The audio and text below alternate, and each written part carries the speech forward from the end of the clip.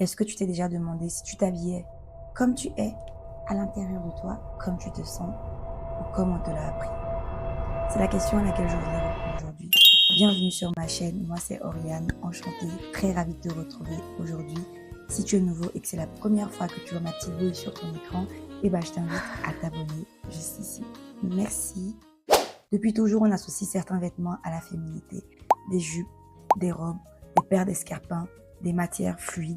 Et ces idées, on les retrouve partout. Personne ne nous a dit comment être une femme, mais j'ai l'impression qu'on est avec ça. Ce stéréotype plane sur notre tête. Sans même nous en rendre compte, on s'aperçoit qu'il existe une bonne et une mauvaise façon d'être une femme. Il ne s'agit pas juste de posture, de manière de parler, mais même de vêtements, de façon de s'habiller. L'élégance de la femme répond à certains critères qui ont été fixés par je ne sais qui, par un imaginaire collectif, par un idéal de beauté. Il existe donc des règles qu'on n'a jamais écrites, mais qui existent bel et bien et qui planent par-dessus. On les connaît toutes. Être féminine, mais pas trop. C'est-à-dire, ne porte pas trop de rose, ne mets pas du vernis trop rouge, ne mets pas du rouge à lèvres, ne te maquille pas, sois sobre. Être élégante, mais ne sois pas provocante. Pas trop sexy, pas trop aguicheuse, ne montre pas trop, mais montre assez pour plaire. Sois élégante, mais jamais provocante. En même temps, il faut qu'il y ait de la subtilité, de la nonchalance.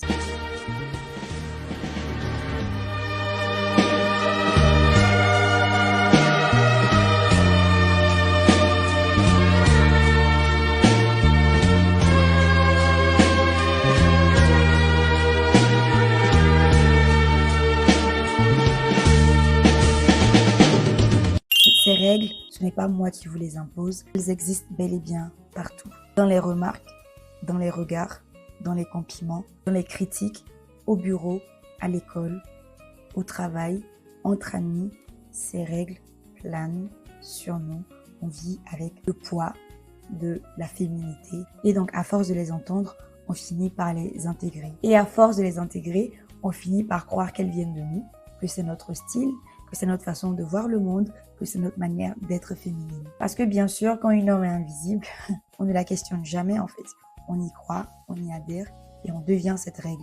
On y répond et on les impose même aux autres. Alors pour comprendre la féminité, je voudrais quand même qu'on fasse un petit saut dans le passé pour voir la féminité et comment est-ce qu'elle a été figée dans ces règles qu'on connaît aujourd'hui. Je vais prendre l'exemple des corsets victoriens de l'époque. Ces silhouettes du 19e siècle qui avaient clairement pour but de contraindre le corps des femmes. Alors le corset à cette époque n'était pas qu'une question d'esthétique ou de mode, c'était vraiment un outil de contrôle. Et au 20e siècle, certains créateurs comme Christian Dior ont suivi cette règle et l'ont accentuée encore plus dans la mode. Here, for example, are some new evening gowns for the summer season of 1948. They are designed by Christian Dior, the originator of the new look, though he disclaims the credit for inventing the name. These new dresses, he says, have the very latest line. Small waists, full hips, irregular hemlines, and the fullness of the skirts unevenly spread.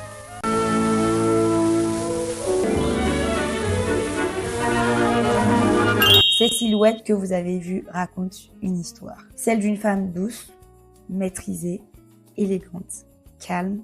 C'est un objet de valeur, c'est un trophée pour celui qui l'a. La femme décorative, la femme meuble peut-être. Et même si aujourd'hui vous allez me dire qu'on ne retrouve pas ces vêtements partout, mais les idées de ces tenues demeurent toujours.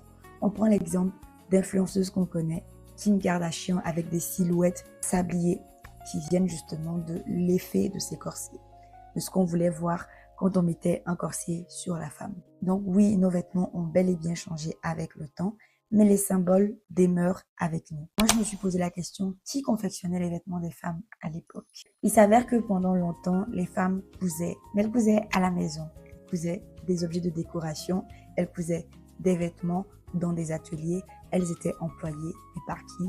Par des hommes. Bien sûr, c'était les hommes qui dessinaient, qui décidaient des silhouettes, qui décidaient de ce qui était beau et de ce qui ne l'était pas. C'était eux qui choisissaient les tenues des femmes, qui présentaient aux femmes ce à quoi elles devraient ressembler dans la société. Et donc la couture pour ces femmes était peut-être un hobby, était peut-être une façon de s'exprimer ou un simple travail à une époque où les femmes n'avaient pas beaucoup de choses à faire, étaient surtout considérées comme des mères. Et pour l'homme, la couture était un pouvoir de domination sur la femme.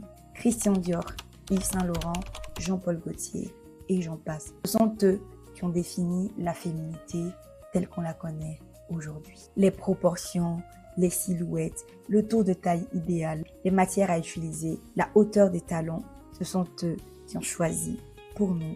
Alors, ils ont peut-être bon goût parce qu'aujourd'hui, parfois on regarde leur création et on se dit « Waouh, c'était de vrais artistes ». Mais en tout cas, ce sont eux qui ont décidé de la mode d'aujourd'hui. Parce que ce qu'ils ont fait à l'époque impacte encore aujourd'hui la mode, les créations. On s'inspire encore de ce qu'ils ont défini comme l'élégance, comme la silhouette idéale pour la femme. Ces grands créateurs créaient des vêtements pas pour des personnes en mouvement, mais pour la femme figée, la femme décorative. La féminité était donc pensée de l'extérieur. La féminité n'a pas été pensée par des femmes, mais plutôt par des hommes. Et bien sûr, quand ton apparence est définie par quelqu'un d'autre, elle ne va pas forcément correspondre à ce que tu es réellement à l'intérieur. Ta féminité n'est pas le résultat de qui tu es, mais une attente du public, une attente de celui qui te regarde, une attente de celui qui t'idéalise. Et donc de tout ça, qu'est-ce qu'il en découle? Le malaise moderne. La femme n'est plus ce qu'elle était avant. La femme n'est plus juste une mère, juste une épouse. Aujourd'hui, les femmes dirigent, les femmes décident, les femmes travaillent, les femmes sont mères. Elles font le travail que les hommes faisaient à l'époque et ce qu'elles ont été en tant que femmes depuis toujours. Les femmes créent, les femmes choisissent. Mais est-ce qu'on n'est pas d'accord pour se dire que pour chaque occasion, toutes les femmes ont besoin de se déguiser, de présenter quelque chose pour correspondre aux normes de cette occasion? Ce qui n'est pas forcément le cas de tous les hommes. Il y a donc une dissonance intérieure à nous toutes, femmes, parce qu'à la fois on veut se respecter, mais on ne veut pas correspondre aux clichés, et en même temps on veut se présenter selon l'occasion, selon ce qu'on nous demande. Je prends un exemple. Si je vais au travail, je vais porter des tenues de travail, parce qu'il y a des tenues qui sont spécialement choisies pour le travail. Si je vais à une soirée, à un gala, je vais porter une robe, traîner mon corps dans des corsets, vouloir montrer ma silhouette parce que cela correspond au bal de l'époque, aux soirées. Et si je suis mère à la maison, il faut que je sois dans des tenues confortables parce que je dois travailler, parce que je dois m'occuper de mes enfants. Pour la femme, aujourd'hui, il y a vraiment cette dissonance et il y a une variété de tenues pour chaque occasion, pour chaque représentation. La femme doit incarner une image. Et donc aujourd'hui, tous les vêtements nous obligent à nous surveiller. Tous les vêtements nous obligent à répondre à des critères, à répondre à des attentes, comme ça l'a été depuis toujours. En fonction des occasions, on se retient, on se corrige. Comme d'habitude, on continue toujours de s'adapter et c'est ce qu'on va faire, je pense, tant que la mode restera ce qu'elle est. Déconstruire ces codes de la féminité ne signifie pas de rejeter la féminité, pas du tout. Mais surtout de voir comment cette féminité et comment ces codes se sont transmis à travers les époques pour définir la féminité et l'élégance de la femme. La question qu'il faut qu'on se pose toutes, ce n'est pas ce qu'on porte, mais pourquoi nous le portons. Parce que notre féminité n'est pas censée être un uniforme, n'est pas censée être une réponse à des attentes, mais une expression de qui nous sommes à l'intérieur de nous. La féminité, c'est un langage, c'est une façon de s'exprimer. Et le dress code peut créer une dissonance par rapport à qui nous sommes à l'intérieur. Et donc je me dis, et si on changeait de perspective, si on voulait redéfinir la féminité, qu'est-ce que ça donnerait aujourd'hui? Je n'ai pas de réponse à cette question, je la pose pour nous tous. En tout cas, pour moi, s'habiller, c'est un acte de self-love. J'ai fait une vidéo à propos de ce sujet d'ailleurs, dans laquelle j'ai posé la question pourquoi les femmes ne s'habillent plus comme des femmes? Pourquoi les femmes ne s'habillent plus comme des femmes de l'époque? Pourquoi est-ce qu'elles ne font plus autant d'efforts? Et je pense que la vidéo d'aujourd'hui répond à cette question que j'ai posée dans ma vidéo précédente sur le dress code féminin.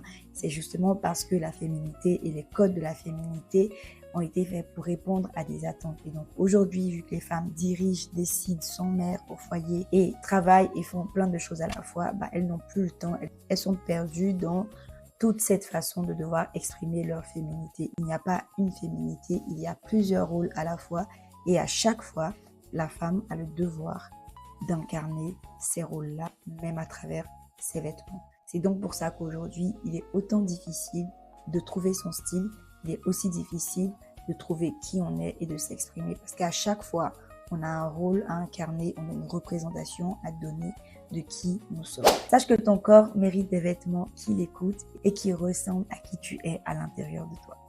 Voilà, c'était la vidéo d'aujourd'hui. J'espère vous revoir très vite dans une prochaine vidéo. Bisous. Ciao.